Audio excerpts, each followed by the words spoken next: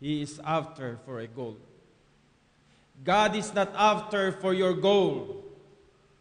God is after for the goal. Amen? The Bible says, but He knoweth the way.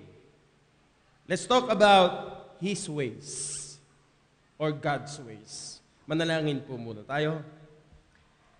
Heavenly Father, our prayer this morning is that you may find our hearts after you and you alone. Because you will only reveal, manifest yourself to those people whose heart is after you. Pakitama mo po at pakiayos mo po ang aming mga puso, ang aming mga attitude, ang aming mga pag-iisip, ang aming mga lakad, na naaayon sa kagustuhan lamang ng Diyos na nakakaalam ng lahat ng aming dinadaanan. Tulungan mo po kami na sa umagang ito, Panginoon, will be able, Lord, to comfort us gold because you are after for our character more than our comfort and our convenience. Speak to us. Can't do anything, Lord, without your help. Please, bless your word to your people. Speak to them in a very unique, in a very special way this morning. So that your people would be not only to be blessed, but they would learn and grow more so that they can edify and glorify the body of Christ. In Jesus' name I pray. And God's people says, Amen. Please be seated.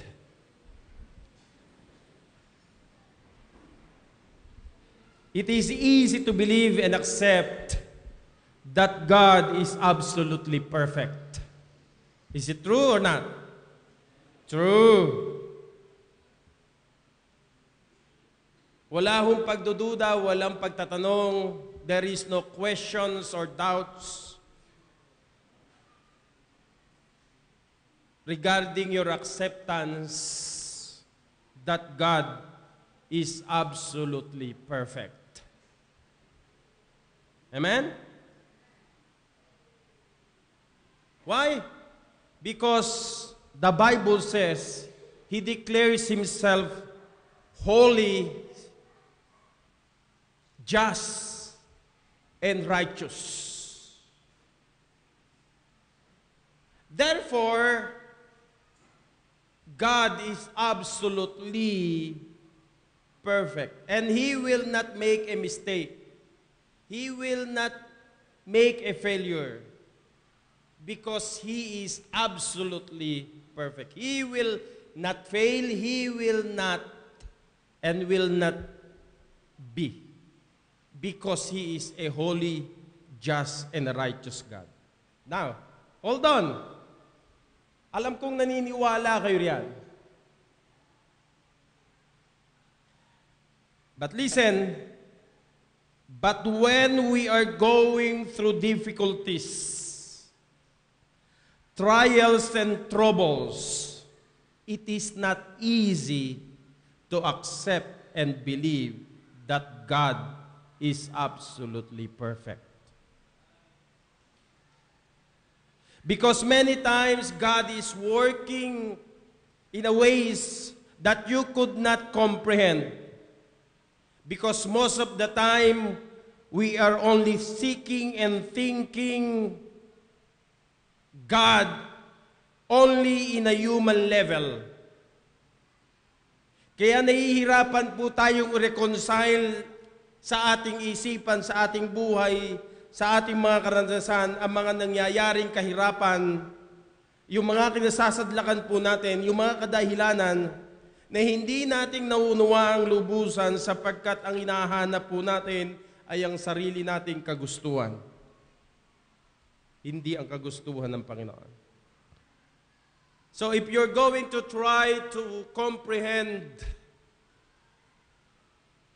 and understand the perfection, the holiness, the righteousness of God. It is you like putting your mind like the Pacific Ocean into your finite mind. And that is impossible to happen. Amen? But thank God, He makes ways. He reveals Himself. He manifests Himself according to His own plan and purpose.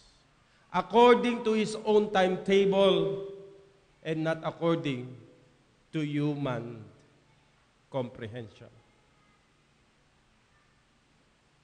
You see, the Bible says in Isaiah 55 verse 8, His ways are not your ways. Your thoughts are not His thoughts. It means His ways are impossible to comprehend. But listen, Job says, but He knoweth the way that I take. Though His ways are impossible because His thoughts are not your thoughts. Not only that, His ways are impossible, His ways are infinite. Look in the book of Romans chapter 11 verse 33. The Bible says, His ways are past finding out. Mahirap pong liripin, maintindihan ang mga ginagawa at mga daan ng Panginoon. Because He's an infinite God. Kaya nga, kung pipilitin mo in your finite mind to understand the infinite God, and you will put it into your comprehension, you will be out of ways. You cannot. And it is so impossible. His ways are fast. Past finding out. Ibig sabihin, hindi pa nangyayari, tapos na. Hindi mo pa iniisip, nangyari na. Diba? Not only that, His ways are incomprehensible,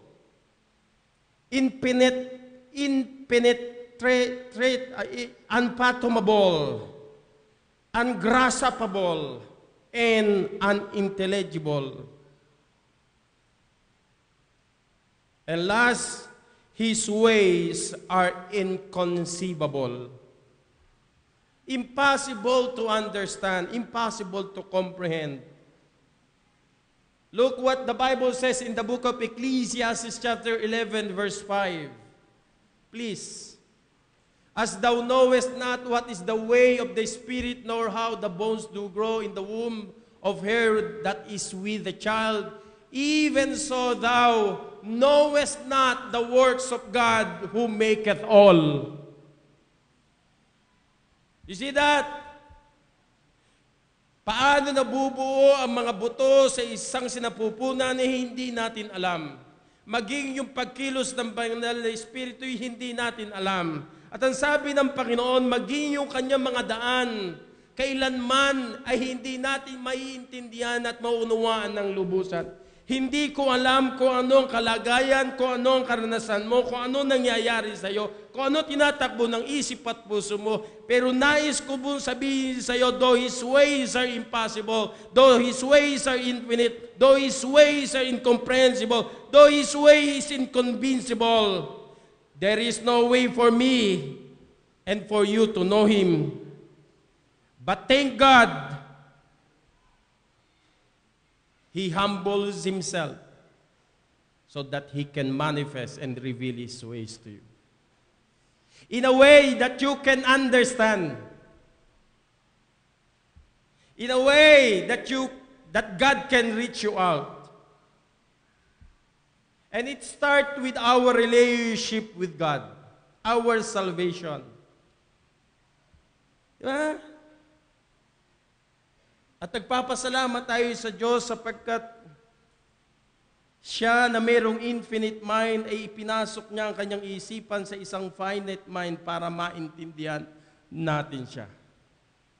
At kung ngayong umaga hindi mo naiintindihan ang mga daan ng Panginoon, I'll tell you, try to ask God why. Why that is happening to you. So it starts with our relationship. Siya mismo ang gumawa ng paraan para malaman ng tao ang kanyang mga daan. God revealed, communicated Himself to man through creation, through dreams, through prophecy, and finally and ultimately, the person, the Lord Jesus Christ. For our ultimate relationship, for our ultimate salvation, He sends and He gave His perfect Son to us to be the sacrifice for our sins so that we can have our salvation.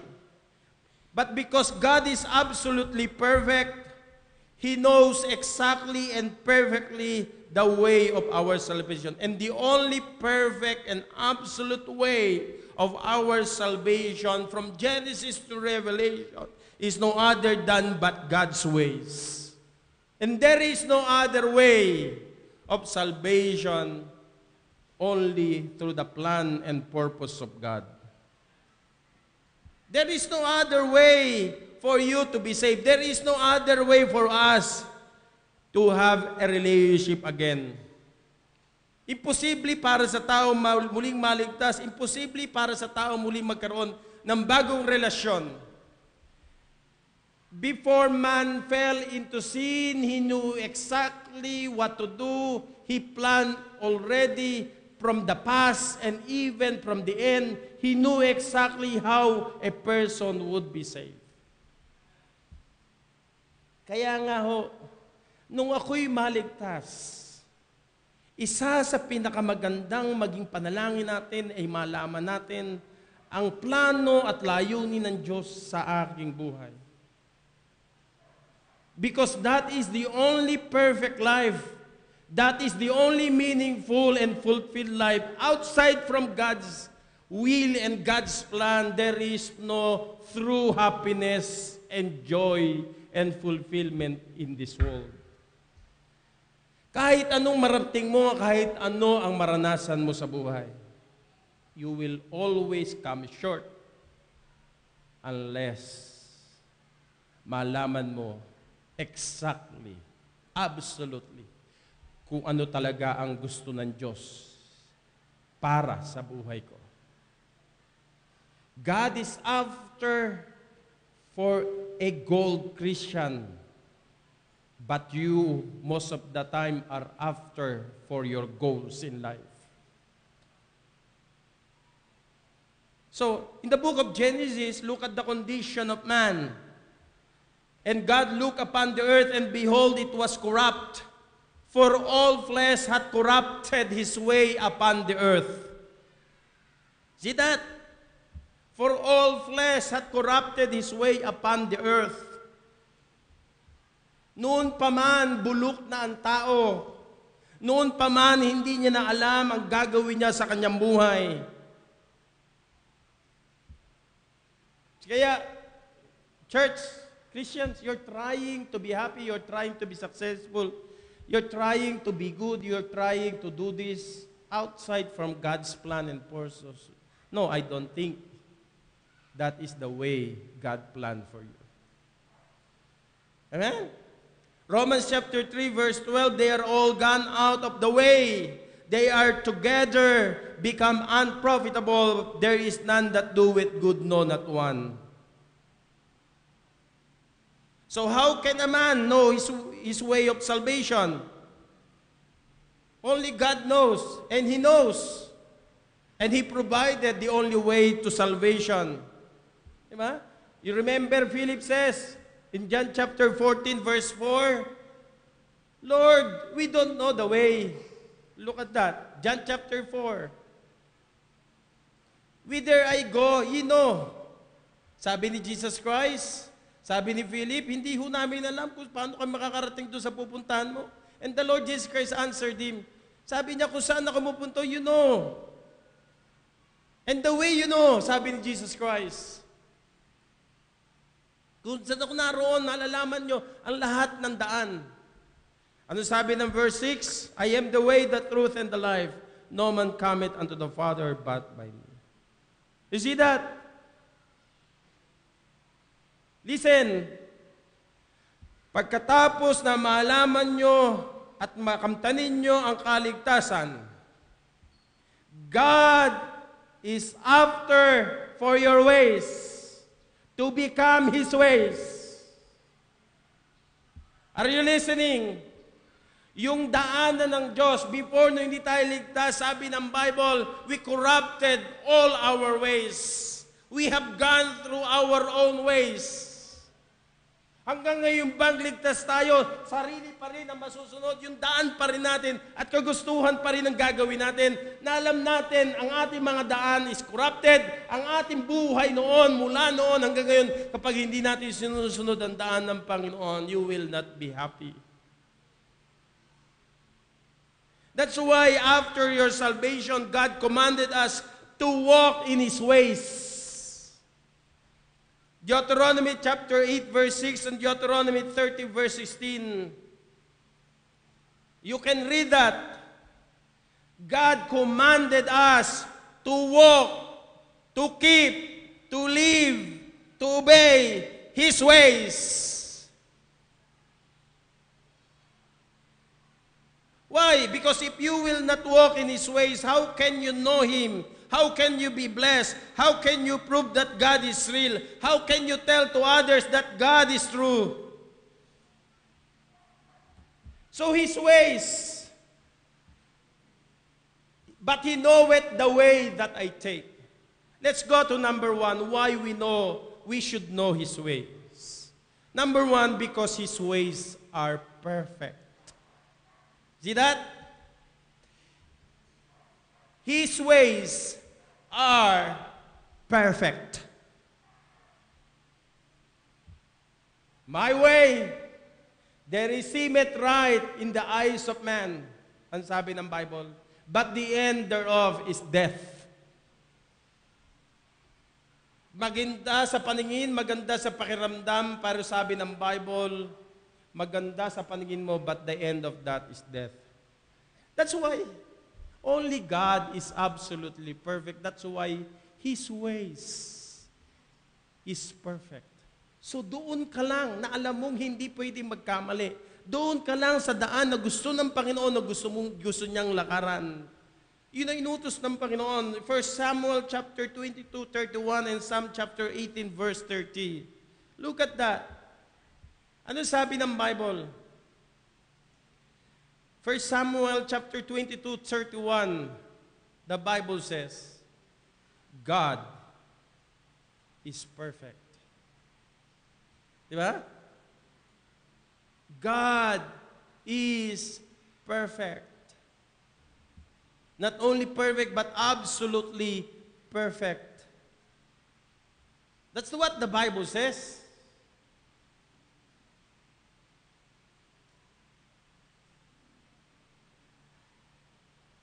Psalm chapter 18, verse 30. As for God, His way is perfect. The word of the Lord is tried. He is a buckler to all those that trust in Him. His way, as for God, His way is perfect. That's what the Bible says. That's why you can trust Him. You can rely on Him. Kumbaga sa akin, mga kapatid, pwede kong i-lay down ng lahat ng cards ko sa Kanya sapagkat alam kong hindi Niya ako lolokohin, hindi Niya sisirain ang buhay ko, hindi siya magkakamali sa lahat na nangyayari at mangyayari sa buhay ko. Kung meron kayong pwedeng paglagakan at paglagyan ng lahat ng inyong mga gusto sa buhay, walang iba kundi siya because His ways are perfect.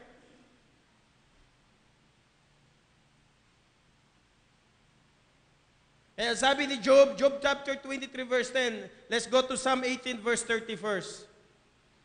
Psalm chapter 18, verse 30, it's the same. God revealed Himself that His way is perfect because He is God. Though His way is perfect, my way or my ways are not. Therefore, as His children, I should know, I should live every day in His ways. I might not perfect it, but I will try my best to live and to die for it. That's why sabi ni Job, He knoweth the way that I take. Diba? The word, take me. It's acceptance with God's permission. You cannot change the past anymore. You cannot live in bitterness and anger and disappointment and delusionment and even to discouragement. Accept what is happening to you with God's permission and God's will. Alam nating lahat who Job is. You're not even there. Hindi ka pa namamatayan ng 10 anak. Hindi ka pa nababankrupt. Hindi ka pa nagkakaroon ng bukol mula ulo hanggang talampakan. Wala pang asawang nagsasabi sa iyo, mamatay ka na at iwanan mo na yan, Diyos na yan. That's why you don't have any reason to complain and to be discouraged and to say, I quit. Because His ways are perfect. Basahin niyo po ang Job chapter 3, 23, 12, 24, and 16, 22, and you will amaze. Just read it. I-glance lang ho natin. I'll show you. Mahirap hong intindihin yan. Why is light given to a man whose way is hid, and whom God hath heads him in? Panginoon, binigyan mo ako ng liwanag, pero tinatakpan mo ang liwanag. Paano ko makikita ang liwanag kung ako'y nasa dilim?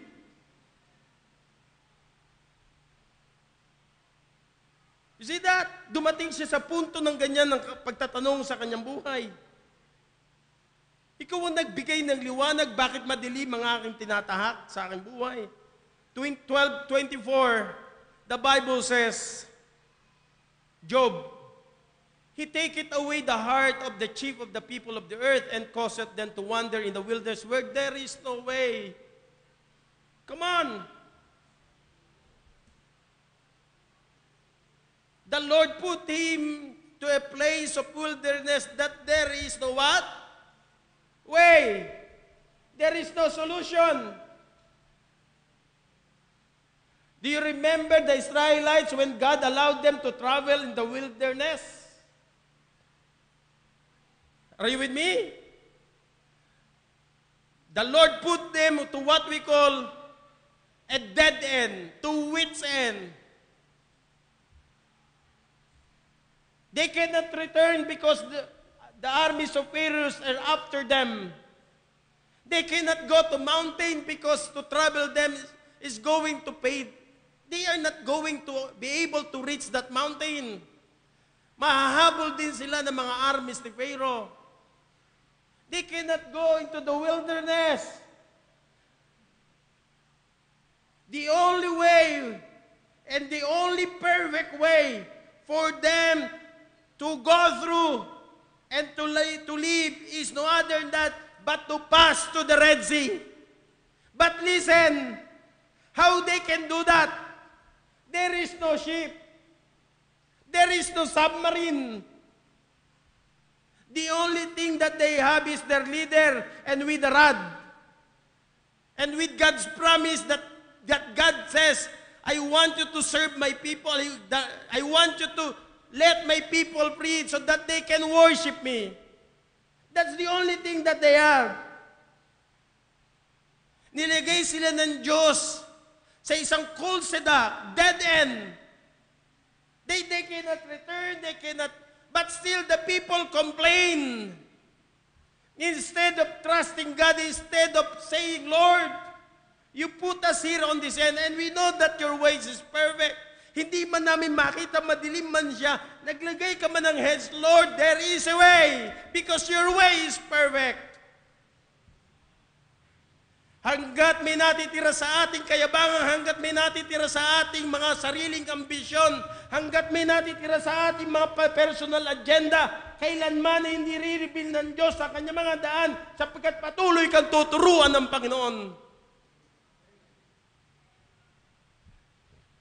Moses, what is in your hand? He did not claim for the promise of men. He did not say, Lord, I brought the golds and the silver from Egypt. He did not say that.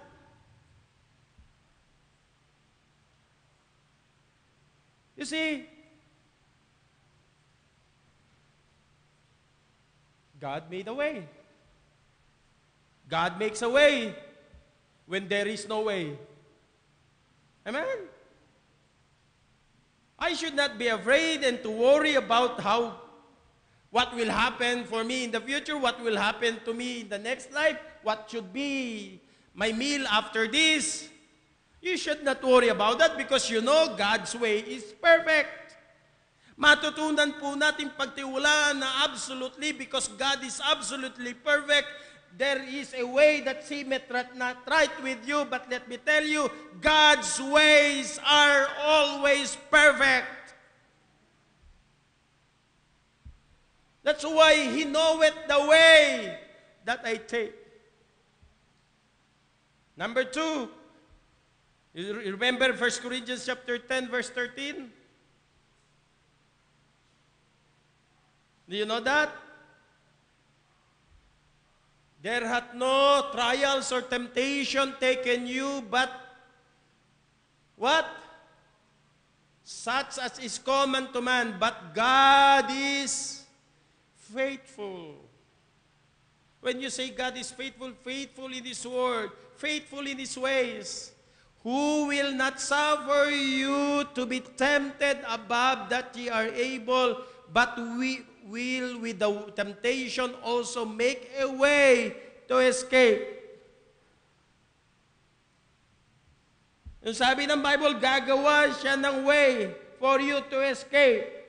Alam natin na hindi ka bibigyan ng Diyos ng problema na hindi mo kaya. Kapag binigyan ka ng Diyos ng problema katulad ng kay Job, alam ng Diyos paano ka makakaalis dyan.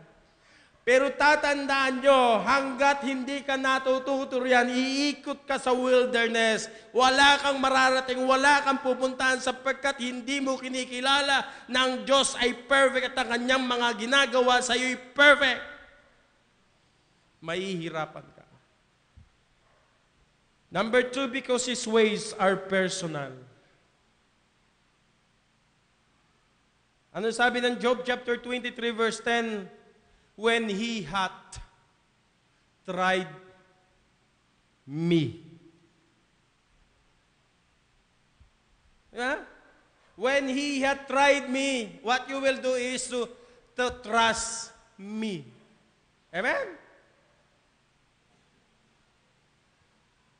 Ang sabi ng Panginoon sa verse 10, He knoweth the way that I take. Take me, Lord. Accept it. When He hath tried me, trust me, sabi ng Panginoon. You know that? James chapter 1, verses 2 to 8. Basahin natin. 1 Peter chapter 4, 12 to 13, and Romans chapter 8, verse 28. Look at that. My brethren, what? Basahin nyo nga po. Yun muna. My brethren, what? Count it all joy. Trials is not against you. God is not against you. Are you with me? Problems is not against you. But listen, face it with the right attitude. Count it all joy. Kaya pag naglilingkod ka sa Diyos, huwag mo sabihin pinabayaan ka at kawawa ka. Do not have pity party. Do not even say, ang hirap, bakit ganito? And you are full of complaint, murmurings, and rebellion. I'll tell you, when He had tried me, trust me, sabi ng Panginoon. Count it all joy when you fall into what? Diverse. Tingnan nyo na, kahit na sumisid ka diverse Ibig sabihin, manifold, many difficult trials. Count it all joy. Kaya kapag sa pagharap sa problema, malungkot ka na, wala na, talo ka na kagad. Negatibo ka na, nagre-reklamo ka na, nagko-complain, walang mangyayari sa'yo. I'm teaching you as your pastor how to face life's problems. Count it all joy. Diba? Kaya nga, pag pupunta ka sa pulpito, dapat excited ka na. Dapat hindi ka pupunta, ang hirap naman ng buhay. Nobody will believe you. Diba? 1 Peter chapter 4, 12 to 13, the Bible tells us what? Beloved, think it not strange concerning the fiery trial which to try you. Bakit ikaw? Bakit si Job? Bakit ang mga anak ng Panginoon? Bakit hindi sila? Bakit ikaw? Bakit ako? Do not think that is a strange thing that happened to you, sabi ng Panginoon. Huwag mong isipin na para bang, bakit ganito kung kailan na, huwag mong isipin yung mga bagay na yan. Di ba? Concerning the fiery, mga apoy na pagsubok, which is to try you. Alam nating lahat, when you come and you have been tested, you need to pass the test. Lagi ko nga sinasabi sa inyo, ang pagpo-full-time worker ay matetes sa panahon ng taon at maraming pagsubok. If you are true to your calling and to your commitment. Sabi ko nga sa inyo, hindi ko ilalagay ang aking 100% na commitment sa iyo hanggat hindi ko nakikita ang absolute commitment mo sa Kanya at sa church na to. I will know and God will know. Madaling pumasok, may hirapan kayong makabalik. Uulitin ko pong muli. Madaling pumasok, pero mahirap makabalik. Why? For the sake of others. Gusto kong magkaroon ng character at commitment ang lahat ng papasok sa ministry. Ayokong kapag may problema, nababahag ang buntot mo. Ayokong kakailangan na sinusubo ka, doon ka naman nagre-reklamo at nagwawala. Behave. In times of adversity, HBBCM will say, what? I am here by God's appointment. Kung yan ang inilagay at nangyayari sa iyo at hindi mo kagagawan at ninalaw ng Panginoon, it is by God's appointment. Number 2, HBBCM will say what? By His grace and by His mercy, I will trust Him. Amen? And number 3, HBBCM will say in times of adversity, what? What you will say? He will see me through. Amen? I don't know when and how. He knows. So kung yung dinadaanan ko ngayon sa buhay, kung nahihirapan ako, I need to pass the test. Sapagkat yun lamang ang tanging mapangahawakan ng Diyos, hindi yung salita mo, kundi yung ginagawa niya sa buhay mo para matest ang karakter at commitment at conviction mo. When Joseph has been put to the test, he behaved what? Wisely and perfectly because the Spirit of God was in him. At the very young age, hindi maintindihan ni Joseph ang problema niya sa kanyang pamilya. Hindi niya maintindihan kung bakit meron siyang dreams that all of his brothers and even his family will kneel down and tell, "You're such a man. You're a man who's been blessed." Hindi niya maintindihan kung bakit yung kanyang panganay na kapatid ay kinakailangan siya ihulog doon sa pinakil. Hindi niya maintindihan kung bakit siya binenta sa mga merchandisers, merchants. Hindi niya maintindihan kung bakit numakulong siya. Hindi niya maintindihan sa lahat ng temptation, pinaggawa niya. Sinikap niya bumagsak sa kasalanan, pero naging pa rin, napunta pa rin siya sa kulungan. So from Peter there to prison. And he became the prime minister, the second highest in command in Egypt. He never questioned God. He never complained. He never asked. He never quit and he never stopped. Because he knew that God's ways are perfect and he knew his ways are personal. Ikaw yan. Hindi ako. God is after you. Number 2, because his ways are a process going to prosperity.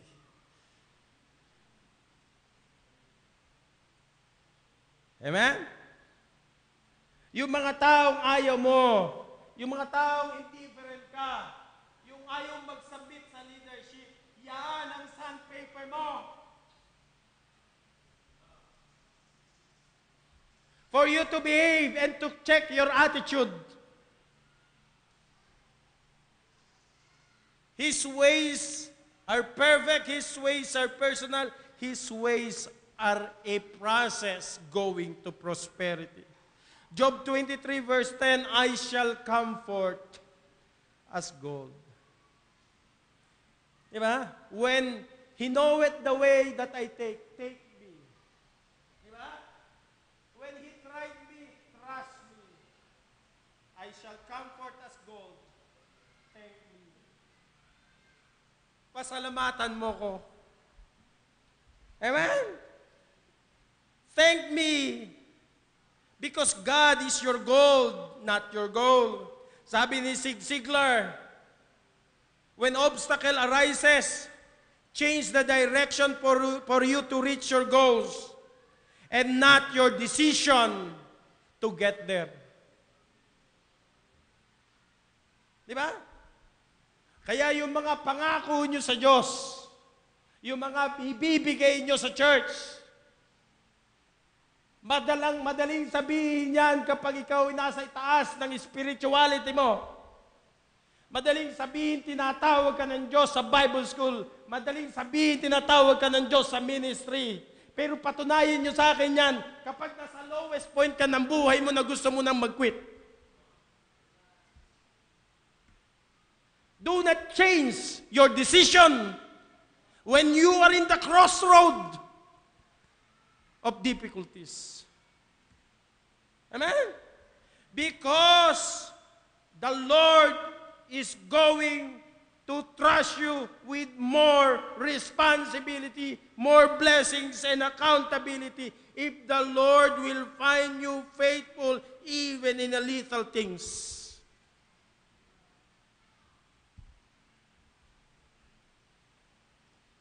Genesis 24:56. The Lord hath prospered my way. If God be with me, Genesis 28:20, and will keep me in His way, I will go. Amen? In the book of Psalm 139:23 and 24, search me, O God, and know my thoughts. Ano sabi ng verse 24? Look at that. And see if there be any wicked way in me, and lead me in the way of everlasting. Warning lang ho. Ang sabi ng Psalm 95 verse 10, sa mga ayaw sumunod sa kagustuhan at kalooban ng Diyos, they have not known my ways. At ang sabi ng Bible, itong mga taong ito na hindi inalam ang kalooban ng Diyos, lahat sila'y nabuwal, nadapa at hindi nakapagpatuloy at hindi nakamtan ang pangako ng Diyos. Christians, God save you because you are not a garbage. When God saved you, called you, and chosen you, God never fails. That's why be the person as you could be. And do what you can do here on earth. Because in the grave, there is no success. There is no more work. Do it. Because His ways are perfect.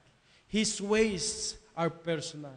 His ways are in a process of prospering. Marami naghihintay na pagpapala. Only for those who will remain faithful and who will deserve it. I hope you will be that one. Tumayo tayong lahat, tayo manalangin.